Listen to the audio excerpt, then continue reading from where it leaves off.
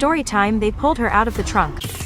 It's been months, but I still can't believe I let this happen. I'm just a high school girl, and this is the stuff I read about in the news or see in horror movies, not something I would ever expect to actually happen. The day started like a normal day. I woke up to an empty house since my parents were already gone. Everything was all fine, and then I lost track of time and missed my bus. I didn't want to hear how irresponsible I was from my parents, so I just did a ride share. That's when my nightmare began. I requested the ride, and 10 minutes later a car pulled up. I was already late, so I didn't pay much attention to the driver. The car had the little decal light in the window, so I didn't think much of it. I hopped into the backseat, so focused on being late for school that I didn't really pay attention to much of anything. But there was one thing I couldn't ignore. The driver had a weird smell. It was a mix of cigarettes and something I couldn't quite put my finger on. I don't live far from my school, so when we had been driving for 5 minutes, I looked up from my phone and realized we were driving in the opposite direction of my school. That's when I began to panic. I checked my phone and noticed that the driver's name and car model didn't match the app's information.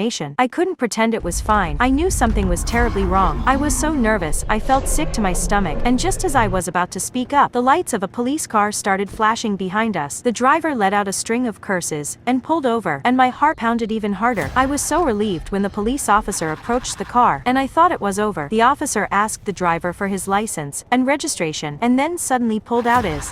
I was so confused by how quickly everything escalated, and that's when I noticed a strange stain on the backseat. I felt dizzy as I realized that the stain looked like a dark, rusty color, and I couldn't help but imagine the worst. The officer demanded that the driver to step out of the car, and then he demanded that I get out of the back seat. I tried to open my door only to realize the child lock was on. I was so overwhelmed with everything I just started crying. The officer let me out, and I thought I had a full understanding of what could have happened to me. I couldn't have been more wrong. Suddenly a loud bang came from the trunk, and as the officer opened it up, I saw what could have been my horrific future. I stared in disbelief as I locked eyes with a girl about my age while they pulled her from the trunk.